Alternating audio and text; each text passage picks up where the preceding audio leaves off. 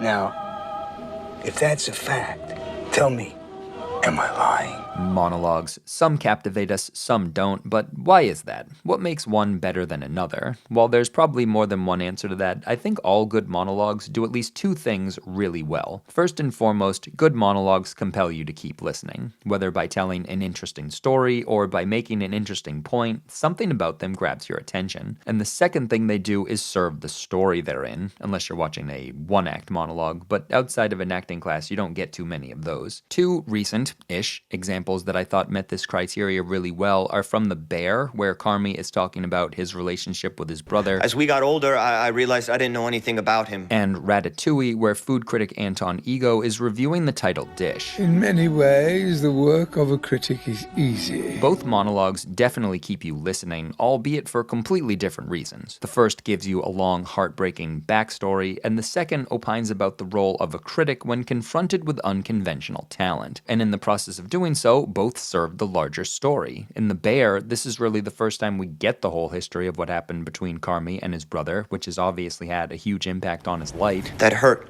you know? And in Ratatouille, this is the climax of the movie. Everything's been building up to this moment of what we hope is Remy's validation. But not all monologues work so well. Consider the opening scene to Quentin Tarantino's directorial debut, Reservoir Dogs, where Mr. Brown, played by Tarantino himself, theorizes that the Madonna song Like a Virgin is really about a woman who's turned on by having sex with a guy who's so well endowed that it physically hurts her. You see, the pain is reminding a fuck machine what it was once like to be a virgin. Hence, like a virgin. Whether or not you find this clever is up to you. For me, it's kinda meh, but I get what Tarantino was up to. Before making it big, he famously worked in a video store where he must have had inane conversations like this all the time, and those conversations clearly bled into his work. In a lesser-known film called Sleep With Me, he kinda does the same thing, only there he theorized that Top Gun... It's a story about a man's struggle with his own homosexuality. Tarantino obviously loves pop culture. He loves talking about it, theorizing about it, and dropping references to it in his films. Like Madonna when she did Lucky Stars. But in Reservoir Dogs, I don't think he'd quite figured out how to do so in a way that actually helped the story, especially when compared to his sophomore effort. Basically, I'm just gonna walk the earth. What you mean, walk the earth? You know, like Kane in Kung Fu. This scene from Pulp Fiction isn't a monologue, obviously, but it's so good. Even if you've never seen the show Kung Fu that starred David Carradine, who Tarantino would later work with on Kill Bill, and who delivered a pretty outstanding pop culture referencing monologue of his own in it. Clark Kent is Superman's critique on the whole human race. It doesn't matter. You still understand what Jules means. He isn't casually talking about a show like Mr. Brown is with the Madonna song. He's using the show to communicate the pivotal state of mind he's in. So the reference is a tool, whereas here it's just there for itself. And it doesn't really serve the larger story either, since it's never brought up again. As a result, if you drop this from the movie altogether, nothing would really change. What I find interesting about this monologue, aside from its teaching properties, is that prior to writing it, Tarantino wrote a much better one for the film True Romance, which was directed by the late Tony Scott, who just so happened to also direct Top Gun. I wonder if Tarantino ever told him his theory. Anyway, True Romance has this. Sicilians were spawned by niggas. Which I think works much better than this. Hence, like a virgin. Largely because it has something going for it that the Madonna speech didn't. Similar to Jules, Cliff isn't just talking for the hell of it, he's trying to save himself from a horrific situation. After these mob goons demand to know the location of his son, he seems straight up screwed. But then he starts monologuing. The Moors conquered Sicily, and the Moors are niggas. Tarantino has a long history of peppering his dialogue with racial slurs, and I don't think it always works. Did you notice a sign out in the front of my house that said dead nigger storage? But it does here because it serves a narrative purpose. Cliff is being deliberately offensive. He knows Italian gangsters are prejudiced against black people for some reason. My daughter brought home a black. So he uses that to his advantage, despite Don Vincenzo laughing along like he's having a great time. Cliff knows he's getting under his skin. By the time he's done talking, his plan has worked so well that Vincenzo was like, screw torturing this guy to death, and just ends things right then and there. Which of course Cliff was hoping for. He knew that after this, he wasn't getting out of here alive, so he went with the least bad option he had, which in addition to being compelling by itself, also reinforced the danger his son and new bride are in.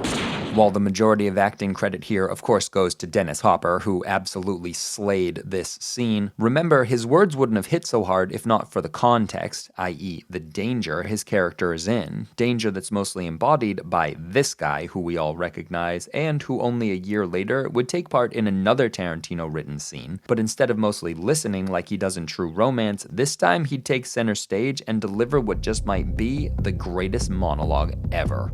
To do so, he tells a truly remarkable story about everything that had to happen in order for this young boy to get his father's watch. A quick synopsis of which goes like this. First, the boy's great-grandfather had to purchase the watch before fighting in World War I. Then when he came home, he gave the watch to his son, who went on to fight in World War II, where he sadly died. But thankfully, a complete stranger was able to get the watch to his son, this boy's father, who went on to fight in Vietnam, where he wound up in a POW camp. In order to keep the watch safe, he had to hide it in the only place you really can hide something on your naked person that isn't your mouth, something he did for 5 years before dying of dysentery, at which point this guy, Captain Coons, hid the watch the same way the boy's father did for 2 more years before finally being sent home. Little man, I give the watch to you. Listening to this jaw-dropping account is like watching Paths of Glory, Saving Private Ryan, and The Deer Hunter all at once. Yet whereas those are feature-length films with huge casts, massive sets, and special effects, this is just one person talking for 3.5 minutes with no dramatic visuals to assist him. There's no flashbacks, which movie characters often bring with them when they talk about the past. Back in Nam, I could command respect.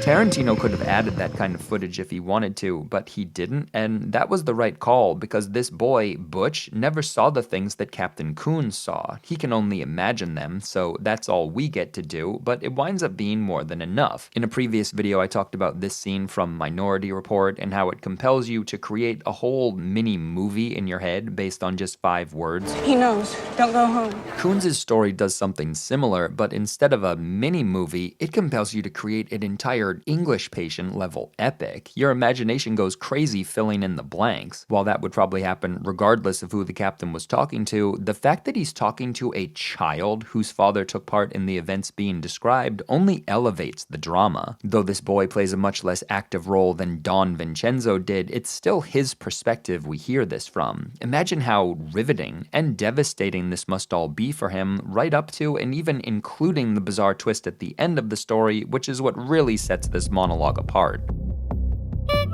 A wise person once said that comedy equals tragedy plus time, and make no mistake, this story is tragic. Imagine if instead of hearing about this secondhand, we watched in real time as Butch's father repeatedly shoved a watch up his ass to keep it safe. That would not be funny. It'd be awful. Bear in mind, he died of dysentery. Saving this watch literally killed him. That's heartbreaking, yet listening to the captain's account is still hilarious. Why? Again, it's the context, not to mention an excellent performance. We all know Christopher Walken is a great actor. The Deer Hunter is one of those movies where once you see it, it's with you for the rest of your life. Yet I got to admit, I never made the connection between these two roles until I was writing this, probably because the context is night and day. This is one of the most intense, gut-wrenching scenes ever committed to film, whereas this generates maybe the biggest laugh in a movie that generates several. In fact, what the fuck am I doing in the back? You the motherfucker should be on brain detail. And again, it's because the context is so different. The objective of the characters is different. Nick is just trying to survive the inhumanity of war, whereas Coons is trying to get Butch to appreciate all that had to happen for him to get this watch. That's his mission, if you will, and it's one he clearly takes seriously. Consider the progression his character goes through. He starts off soft-spoken, deferential. If it had been me who'd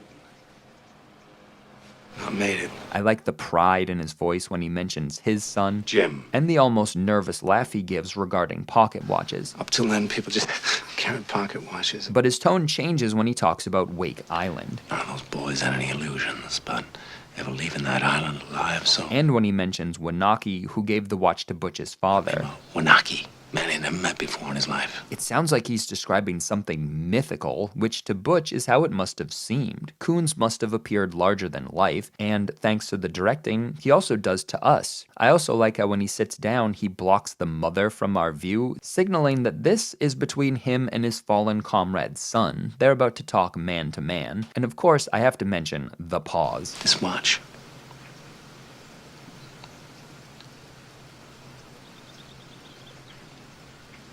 this watch. How can you possibly not love that? Entire lifetimes are encapsulated in that pause. The captain's intensity keeps ramping up until finally he transitions to comedy. Up his ass. Unintentionally, mind you, this isn't funny to Coons. And to make that transition, Tarantino again relies on racial slurs. You'd be damned if any slope's gonna put the greasy yellow hands on his boy's birthright. But similar to the true romance monologue, it's warranted because it serves the story and because it just makes sense. Like, are you really surprised, considering what Coons has been through, that he harbors some resentment toward his captors and is now painting with an inappropriately broad brush? No, of course not. But that's not what makes this funny. What does is the context. He's talking to a child whose mother is standing right behind them listening to every word. This is probably all news to her. But Coons isn't holding back. He's not sugarcoating the truth. 5 long years he wore this watch. Up his ass. Keep in mind, though, that while this is funny, it's still a tragic story, one that culminates with the death of a young boy's father. To end that story on a comedic note wouldn't quite feel right, which means Walken has to circle back to his more reverential tone. And to do so, he makes one of the most abrupt transitions you will ever hear. I hid this uncomfortable hunk of metal up my ass 2 years. Did you hear the change between up my ass and 2 years? Metal up my ass 2 years. Talk about turning on a dime. His entire energy shifts from one word to the next. And with Coons having finished his remarkable account, we arrive at the true end of the scene, which I haven't mentioned till now because I'm sneaky like that, where Butch wakes up. And we're reminded that this incredible monologue doesn't exist in a vacuum. It's part of a larger story, which raises one final question for us. Does the monologue serve that story? And there's an easy way to find out. We'll just imagine Butch's story without it, which is easy to do because nothing with adult Butch has to change. He still takes Marcellus's money, he still wins the fight he's supposed to lose, he still gets back to the hotel with Fabian where they plan to get the hell out of Dodge and never look back, at least right up until the following morning when he realizes that Fabian forgot to pack the watch. Fuck, motherfucker! At which point he announces that despite the danger it'll put him in, he's going back to get it. So the question becomes, without this monologue, would Butch's story still be as narratively effective? I can't speak for you, but for me... Is he shitting me? Hell no. It drives me crazy when otherwise smart characters do uncharacteristically dumb things, like running upstairs when they're being chased by a killer instead of just going out the front door. And the problem there isn't that the characters run upstairs, mind you, which they have to do for the story to work. The problem is they don't have a good reason to. That's bad writing, but that's exactly what this scene prevents. It gives Butch a good reason to run upstairs, and because of that, his decision to go back has never bothered me, even though it's still pretty stupid if you think about it. I mean, if not for just dumb luck, it absolutely would have got him killed. Yet, I've never heard anyone complain about it. How could you? After watching this, you get it. Rational or not, you accept that Butch, despite being on the cusp of getting away, would then turn around and risk everything to get back what his father died to give him. And it's a good thing for us he did. Think of the mind-blowing tale that's about to unfold. None of this happens if Butch doesn't go back, which would have obviously hurt the story. And by the same token, if he went back but without a good reason to, it would have tainted the incredible story that's to come. Thankfully, though, neither of those things happened, and it's all thanks to this monologue, which, believe it or not, has one more exceptional attribute. Have you ever noticed that despite being utterly unique, Coons' POW story bears an eerie resemblance to what happens to Butch?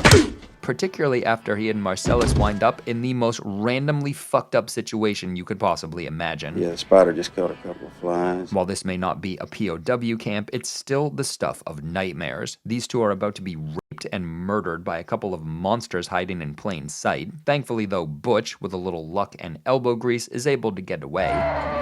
But halfway out the door, he stops. Just like earlier with Fabian, he can't leave. Except this time, it's because he knows what's happening to Marcellus. So once again, he decides to risk everything and go back, only now it's to save a former enemy, something I'm sure Captain Coons would understand. As he put it, When two men are in a situation like me and your dad, where if we take on certain responsibilities of the other. The same way Coons didn't have to hide this watch up his ass for 2 years, Butch didn't have to risk his life to save someone who not long ago was trying to kill him, and vice versa. But after the horrific circumstances these men were forced to endure, both Coons and Butch came to a similar conclusion. Now, as to whether Marcellus would have done the same for Butch, that's another matter, but at least he squashes their beef after. There is no me in you. Not no more. So, just to recap, not only does this monologue tell an incredible story by itself, and not only does that story justify a decision that leads to an equally incredible story in the future, the first story foreshadows the second. I find that so impressive, and while I'm probably reading a little too much into this, I still like to think that Butch's father, who never knew his son, and who may not have approved of the man his son grew up to be, if he saw what Butch did when he went back for Marcellus, I think he'd have been proud, and I bet Captain Coons would have as well. Anyway, those are my thoughts on what I consider the greatest monologue ever. Fabian, it was my father's fucking watch. Do you have any idea what he had to go through to get me that watch? I don't have time to go into it, but he went through a lot.